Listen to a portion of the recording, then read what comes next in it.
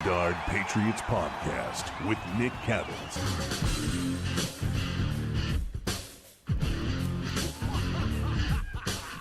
All right, I'd like to first thank Greg for getting me away from the whole packing thing that's happening in my house right now. Holy crap. I can't tell you. Bubble wrap for days, tape for days, boxes for days. I am going to drink well tonight, my friend. Let's talk about... By the way, Yeah. first of all, before we get going, congratulations on your new gig. What can you tell us about it? And also, I just want to let people know that Nick specifically asked to continue doing this podcast, which we were all grateful about.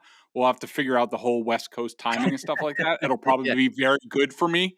It'll probably mean later in the day. But tell us about the gig and what's going on, because it's congratulations. It's awesome. Well, thanks. I appreciate it. The first thing Kelly asked me was about the podcast, because yes, I literally had this podcast written into the contract that I signed to make sure that we could keep doing this thing. And I said, I think Greg's going to actually like the whole difference in time, because Greg's kind of a night owl. He's not really an early morning guy. I said, So I think this is going to actually work out best for both of us. I'm going to Sacramento, KHTK out there. I'm going to be the program director. I'm also going to be hosting in the afternoon. So it'll be fun. I'll be out there. My first day in the office is December 13th. And we go from there. So it's going to be an adventure. I've never been further than, Arizona or Vegas for more than a week. So this is definitely a life adventure. I just turned 40, and we'll see how it goes. We got a bunch of places to visit out there, and I'm excited. But things are busy. Awesome. I'm still working my Virginia job until Wednesday. Wednesday's my last day, and then kind of kick it into full gear. But yeah, a lot of moving across the country, obviously logistical nightmare. So a lot of, how do I transport my truck across the country? What moving company are we going to use? So it's been a very interesting few days. All right, let's get to the football. Your overall feel, Greg, on the game Thursday night. Overall, Nick, it was another pleasurable film watching experience as opposed to the beginning of the season. The first, about 6 games when I'd come on here and basically want to pull my hair out and just I don't know what these guys are doing, what's going on, what do they do, who's coaching who, it's now to the point where you're just it feels familiar, where you watch the film and you're like, all right, they're not going to make all that many mistakes. They're going to do their job. They're going to execute their responsibilities. They're going to make the other team have to beat them. And I thought that was the theme in this game. To me, I thought watching the film, I thought the defense was and of course, genius. They shut them out. Way to say, the defense was the clear winner in this game. I know everybody tuned in to hear that expert analysis, but the execution was awesome. I only had them for 5 minus plays in the entire game, 2 missed tackles, 2 edges, and you could probably pick them out. Judon had one, those back-to-back runs. Kyle Van Noy had one on the next play. Yep. That was largely it. Other than that, they bottled up the Falcons really well. Look, we all know the Falcons are limited, not a very good offensive line. Oh, they no stink. No Calvin Ridley to make you think about, all right, well, we're going to have to extend ourselves defensively. I mean, really, the Patriots just played zone and said, keep it in front of us. And, they're not going to beat us that way. And they didn't. And, look, the Patriots made a lot of plays up front, a lot of pressure in this game. Just when I thought Matt Judon was playing, he played fine, but I was just like, it's not really a big Matt Judon day. And all of a sudden, by the end of the game, I have all these marks in his plus column. And so it's just another Matt Judon game where he's, one of the most impactful guys on the team. I thought the offense was better than I thought watching film. I thought what Bill said in the post-game press conference was right. We just made too many mistakes at the wrong times on offense. And I completely agree with that. Mac was good for the most part. The Falcons did get him on a few things that we'll discuss a little bit more in depth in a little bit. They'll get those cleaned up. I think this is, this long weekend is a perfect time for that. The bye week coming up is a perfect time for them to sort of reset for some of these things. I thought the running backs were great. The offensive line was good. Receivers were solid. Some mistakes here and there, like Jacoby Myers coming out of his break on 3rd down, I didn't think was great. Hunter Henry was wrong on the end zone incompletion where Mac shot it to the back flag, even though I don't know if it would have been completed. Mac was right. On film, in my opinion, Mac was right on that. So very minor stuff that they have to clean up. If they would have cut down the mistakes just a few, they'd probably score 40 in that game. So I'm not overly alarmed, with the offense or the team at all. I do think there are some things that if I were playing the Patriots that I would try to do, and we'll discuss that. But really, really good, solid victory. Look, especially on a Thursday night. Yeah, 5-0 on the road so far. And we know, Belichick and really every football coach takes pride in that. But you know how good of a football team you have or how much you can trust the team by what they do on the road. And they're 5-0 on the road. Even against bad teams on the road, you have some funkiness. We saw that with the Bills in Jacksonville a couple weeks ago. You can slip up on the road. And, of course, the Pats had the brutal first half against Houston. But all in all, 5-0 on the road, I mean, that speaks volumes to how mentally tough this team is, I do believe. And you hit the nail on the head, Greg. Look, Thursday night, and this is not an excuse, but we've seen it for years now. Thursday night is funky. It's clunky. You don't really know what you're going to get. It's a short, quick, fast turnaround. And sometimes you just have to fight through and win a game. And I feel like that's what the Patriots did. They dominated this game. It was the mistakes. As you mentioned, it was the bad pick by Mac when he had N'Keal Harry wide open down the sideline. He threw it into double coverage down the seam to Judon. That was a bad play, bad decision by Mac. But, most of all, you look at the flags, a couple of flags on the offense, a holding that got them. You also had a couple of sacks that just killed them in tough times. Jacoby Myers fell on one of his routes. That kind of stalled the drive. Yep. Kind of simple mistakes. And defensively, look, as Greg said, Captain Obvious walked into the room. Fantastic. And what they did was, and if you want to take anything away from it, two things. First of all, the short yardage defense, that's a hell of a job. I know this offensive line isn't great for Atlanta, but to stop Atlanta twice, third one and then fourth and about a half yard, then to get the sack on 3rd and 1, you're looking at an offense that's inside of your 20-yard line. Those two big-time stops. And they also gave nothing to Kyle Pitts, which should not surprise anybody if you've watched Belichick. If you have one thing that he's got to take away, he's going to take it away. And he did that with Pitts. Let's look defensively. You mentioned this. I want to talk about the defense first, as far as what Atlanta might have done to bother Mac at times. Because Mac, it seemed to me, again, I'm kind of more of a layman than you are. It seemed to me that at least on a couple of occasions, Greg, he was fooled. So what did Dean Pease do that you think maybe other defenses down the road could do against Mac that could cause some problems? Yeah, to me, there were, in this game, total, I had Mac for 6+ plays. I mean, he made some dynamite throws in this game. I mean, the third down against pressure with Judon Harmon coming on him. That Hunter Henry dime. Hunter Henry. Oh, my God. He made some great throws in this game. I did for the first time. I think for the first time all year, I haven't done my pressure chart, but I think for the first time all year, I tagged Mac for 3 pressures, including 2 sacks. So to me, that's him being fooled a little bit. You are right.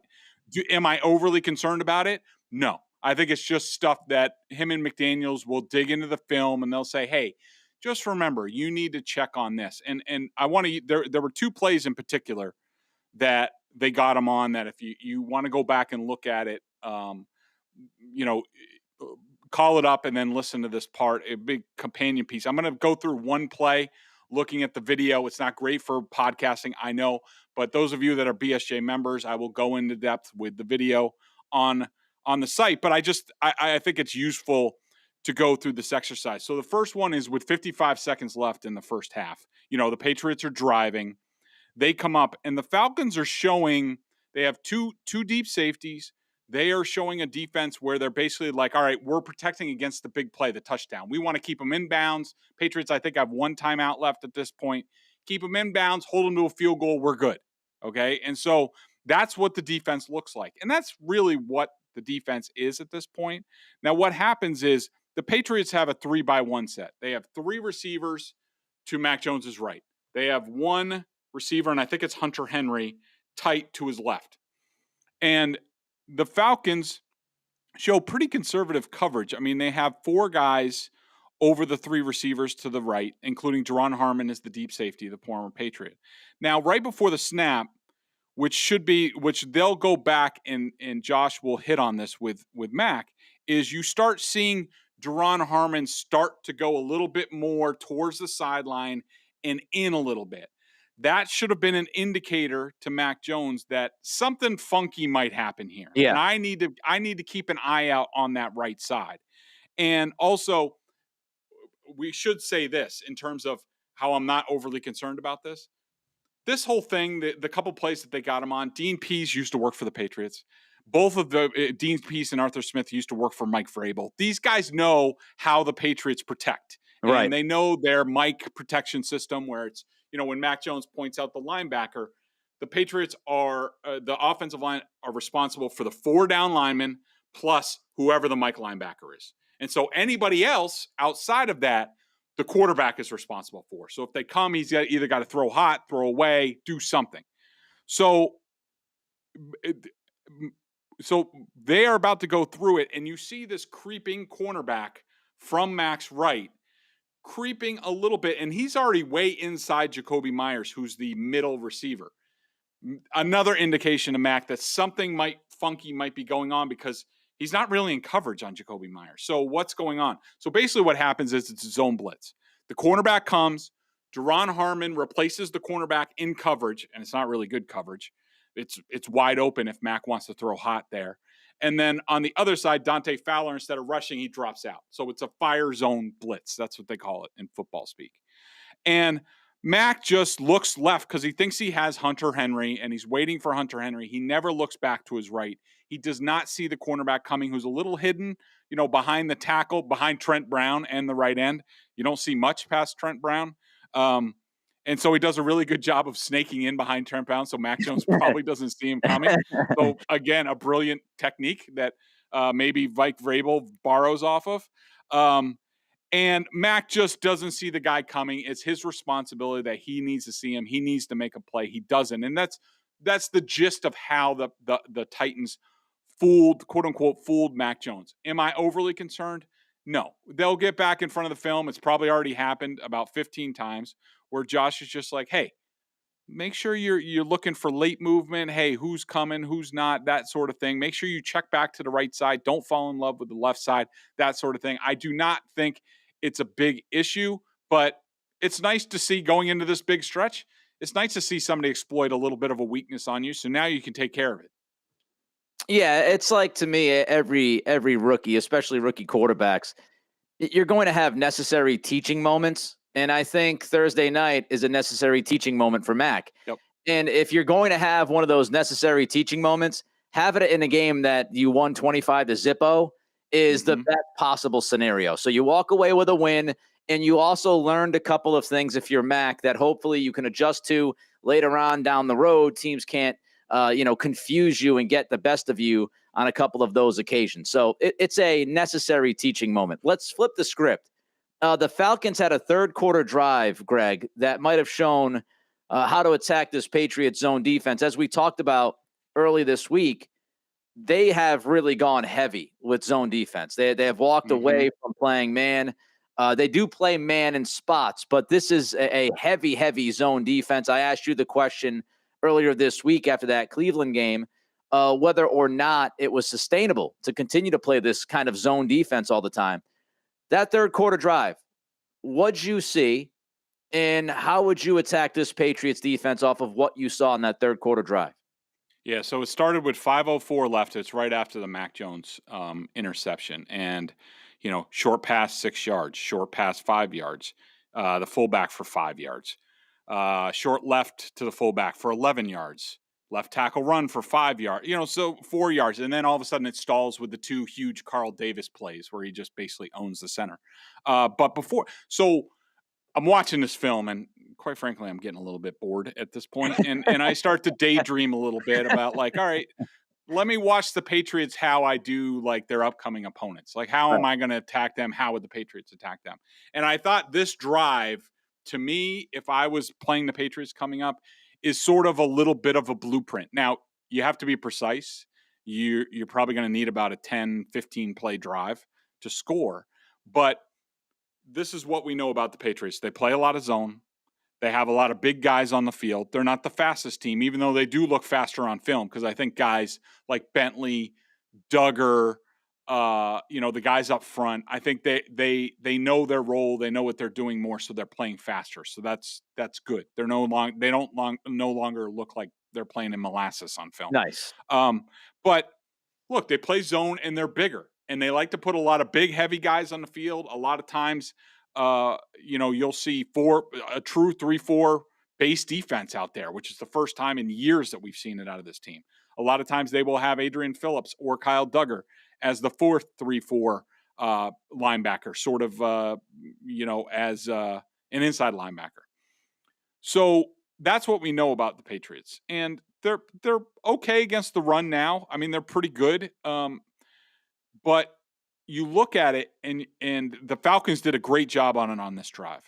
They started to spread the field. They started getting wide splits with their wide receivers. They're splitting everybody out a little bit more shotgun, not so much under center, and you spread out the Patriots. And I think it helps the opponent in a couple different ways. Number one, it makes it hard for the Patriots to do much designer as far as their amoeba defense, which hit well in this game, I thought, against a porous offensive line. It's easier to figure out who's rushing and who's not.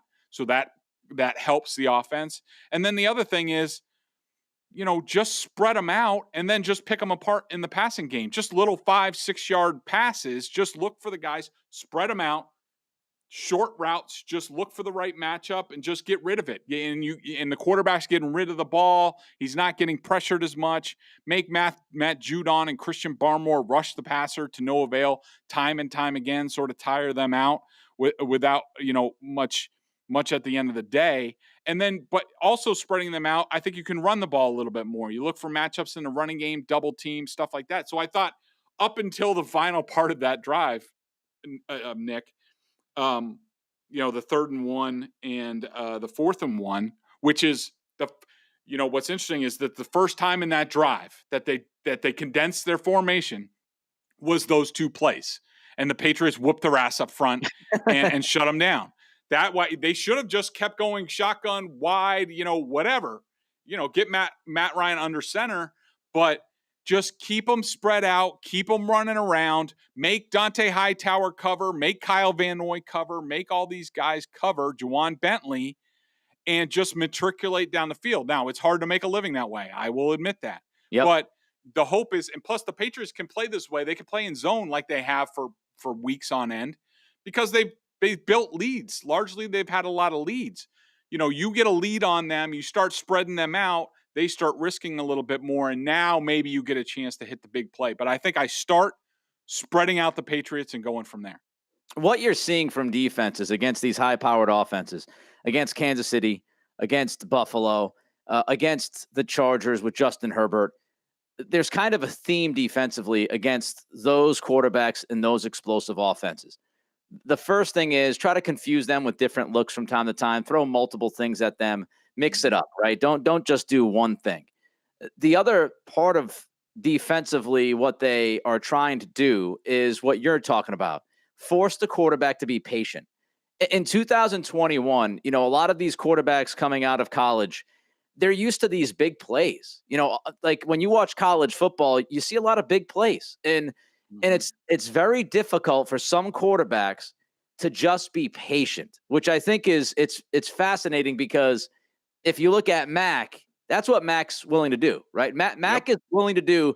He's willing to say, look, if I've got to sit here and just kill you 4 to 5 yard pass at a time, I'm fine with doing that. It's the death by paper cut strategy. And Mac is perfectly fine with killing you by paper cut. He'll march down. He'll have this 8 or 9 minute drive, these 12 to 15 play drives. He's cool. Josh Allen, Patrick Mahomes, Justin Herbert, Carson Wentz, those quarterbacks, they have a much more difficult time being able to slow themselves down and accept that they're not going to get it all in 1 or 2 big plays. And so what the Patriots are going to try to do is say, hey, Josh Allen, you're talented, man, but you've also made plenty of mistakes in your NFL career. So you prove to us that you can go on multiple 10-plus play drives. And not only that, if you do that, you also have to finish in the red zone when we tighten things up. If you can do that, then tip of the cap to you. But we don't think you can. Carson Wentz, your turnovers are low this year. But if you've watched Indy, and I've watched them multiple times this season, Carson Wentz will have at least 2 or 3 brain fart plays a game when you look at it and you go, holy hell, what is he doing? Last week, he threw a 10-plus yard shovel flip pass thing that should have been picked. The left hand? What about the left hand one? Yeah, and then you go back to the Tennessee game when he's a whirling dervish in his own end zone and changes hands to the left hand and just throws it, and it turns into a pick six. And then in overtime, he throws it into triple coverage when he had Jonathan Taylor underneath for a 15, 20-yard gain. That's what the Patriots are going to do. They're going to force Carson Wentz and Josh Allen to play smart football. They're going to challenge those guys every single offensive possession to make the right play. Check it down. If you got to check it down, check it down. But we think Josh Allen, at least a couple times, is going to make that mistake. And can we take advantage of it? That's a really good point by you, Nick. And I hadn't even, I was more thinking about the coordinators, with the 3 teams that they have coming up, 4 games, three games, 2 against Buffalo. Yep. And I was thinking about, can those teams do this?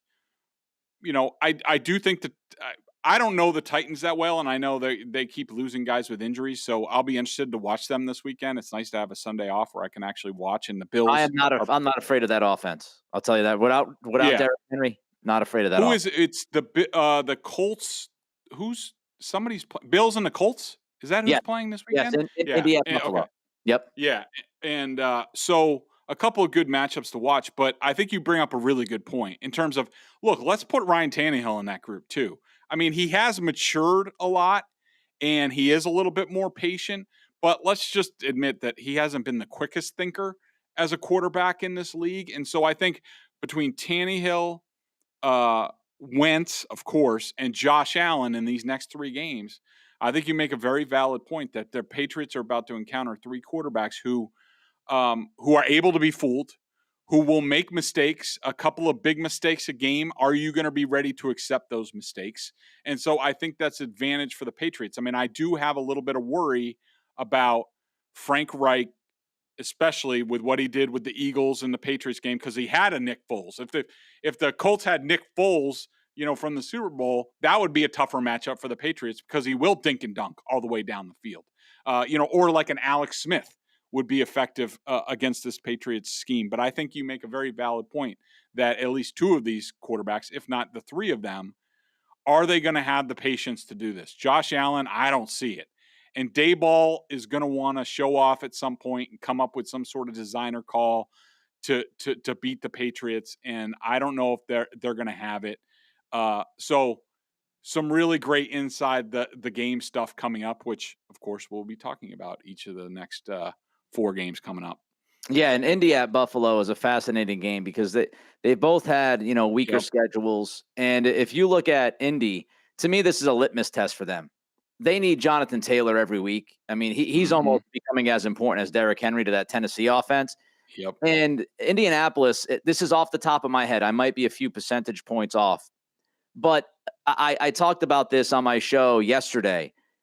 Indianapolis's strength of victory, when you look at the playoff picture on ESPN.com, you can do this at home, and they do a great job. If you go to the playoffs, they actually have all the seeds, 1 through 16 down, and they also have strength of schedule and strength of victory. And the Colts' strength of victory this year is 261. That's the winning percentage.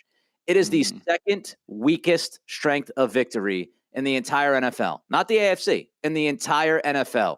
Them going to Buffalo is a litmus test. If they can stick with Buffalo, then you can look at that strength of victory and say, okay, they're probably a little bit better than what the strength of victory shows. If they go up to Buffalo and they lose by 2 scores, 3 scores, then you look at Indianapolis and you go, yeah, they're 5-6, but who did they beat? And, this team against good competition might end up being, 2-7, 2-9, whatever the hell it be. So I think that's valid about the Bills too, because if you look at Football Outsiders metrics, the Bills have played the weakest schedule as a team.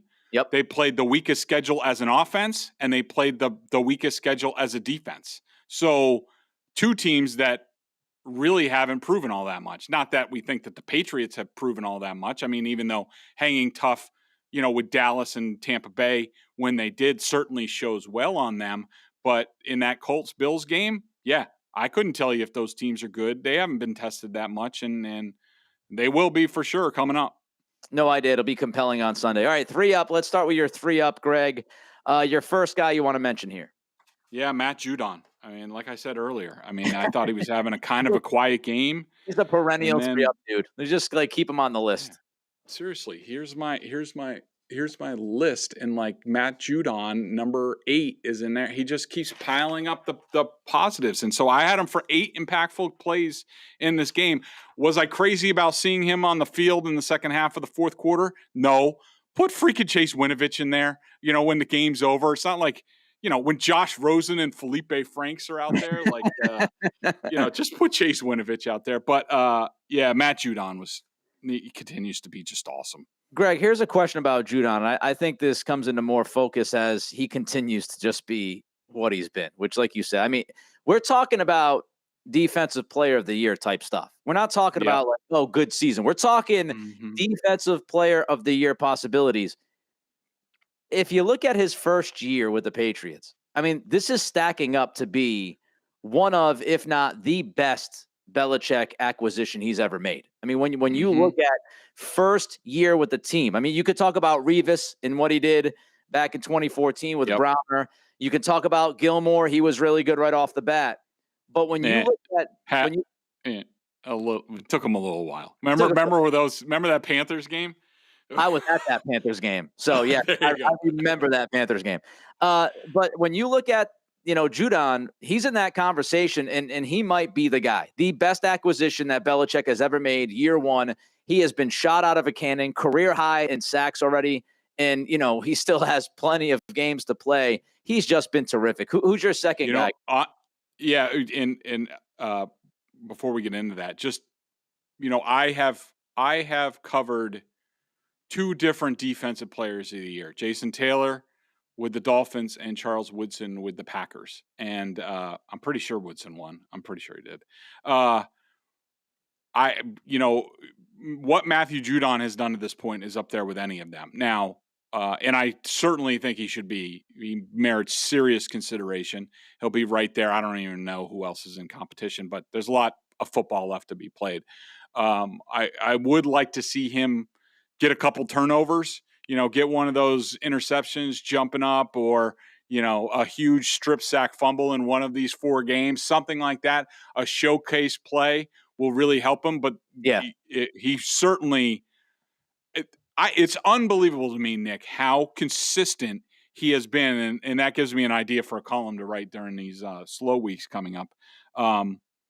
To go back and look at, the amount of positive plays that I've had for him every week. It's at least 5 or 6 every single week. And I can't remember a Patriots defensive player ever having that kind of production consistently game in and game out. He's been terrific. It's almost comical how good he's been, frankly. Yeah. It really is.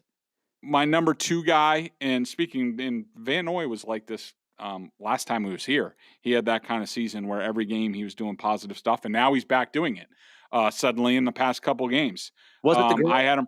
Greg, was it the groin? Because we were talking about. It had to have been. Yeah, because we're talking about this guy at the beginning of the season. You said, Nick, on film, he just looks slow. He doesn't look like the same guy. But all of a sudden, like you just mentioned, the past 2 to 3 weeks, he's starting to look like the Kyle Van Noy we remember.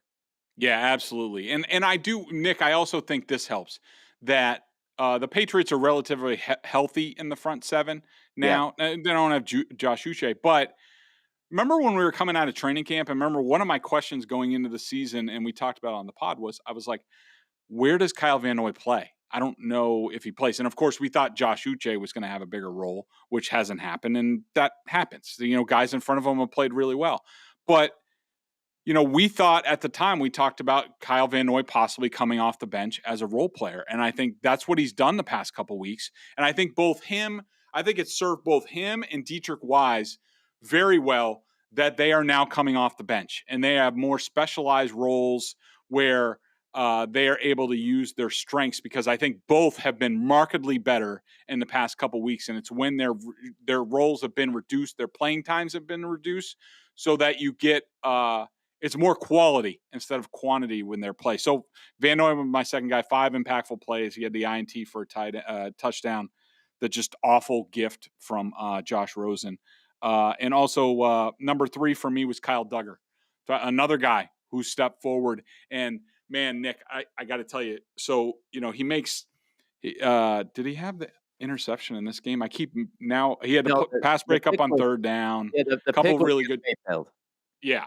But he had another play very similar in this game. There was a little out. Matt Ryan threw it to his right, and Kyle Duggar was there, and I'm watching it on film. And his first instinct was to undercut the route and pick it off. And the thing was, he took like 2 steps to do it and then pulled back. And I was just like, I watched it on film, and I was just saying, dude, just go for it. Like, you can, like, your natural athletic abilities, like, now he's diagnosing like those. There was another play too where he was in zone coverage, but the way he covered the route, I was like, I think he's been studying a bit more, because that was one of the questions that we had, or that I had. How much did he study? How much did he recognize on film? And those 2 plays to me were like, he's starting to see things. He's starting to recognize routes and what teams want to do. And that's sort of the next step to making plays. And on that play, if he just trusted himself and his instinct, he would have picked that off and had another pick 6. So I was just like, hey, Kyle, if you're listening, and I'm sure you are, just go for it, man. You got it. You're at that point. Just go for it. I mean, it's exciting to watch him play and watch him grow. That first half on Thursday night, he was all over the freaking place. He was smashing guys. Yep. He was making plays on the ball against Kyle Pitts. He was the dude that we thought we would see, right? When we were talking about him last year, in the second half of last year and before the season kicked off. It was, I'll tell you, Patriots fans, you've got to be feeling very good when you watch this team, between Mac Jones and Christian Barmore and Kyle Duggar. You're starting to see these younger guys kind of take hold, and that's exciting. And I would also say, we didn't talk about him in 3-up, but I give N'Keal Harry some credit. And I'm not telling you he's been awesome. Mm-hmm. But against Cleveland, his blocking was fantastic. You saw him at least be part of this offense early on Thursday night, made a catch or 2, had the run that got called back because of the holding. But, N'Keal Harry's starting to get a little sprinkled in. If Mac doesn't throw down the Judon on that pick, Harry's probably got a touchdown down the sideline. So, if we can get him to make a couple of plays, I'm not saying, catch 10 footballs, but I like seeing his involvement early on with this offense. Maybe that's something that can develop. All right. You don't have 3 down because the game was, too good. You have 2 down. So let's go with your 2 down. Jonnu Smith, 2 more stuffed runs allowed in the running game. Had another iffy running block against the run. He had a hold in the game, even though I thought that call was BS. And I'm not one to complain about the officiating very much.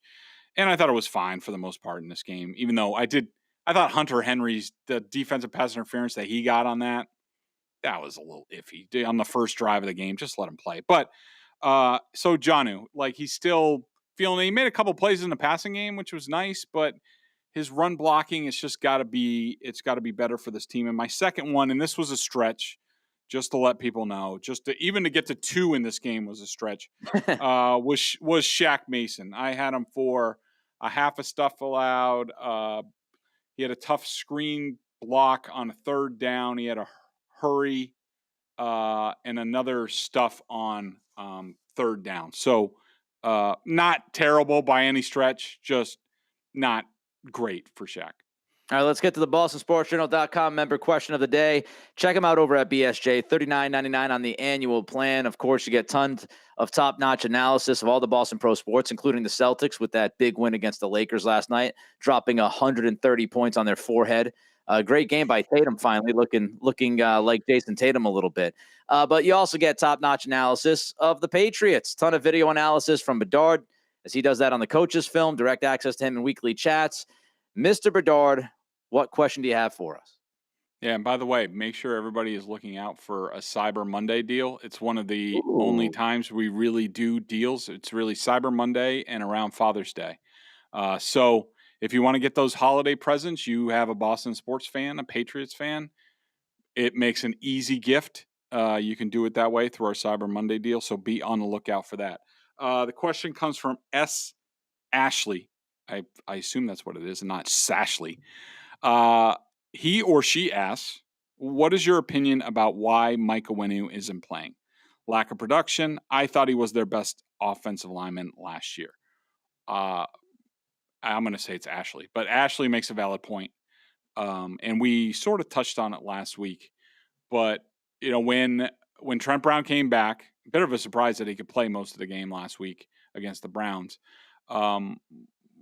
I'm not ready to write off Mike Onwenu yet, as far as like he's just being on the bench, even though it looks that way, that you're like, if you're the Patriots, why mess with a good thing at this point and throw off anybody's timing, especially the running back? The running backs are doing great.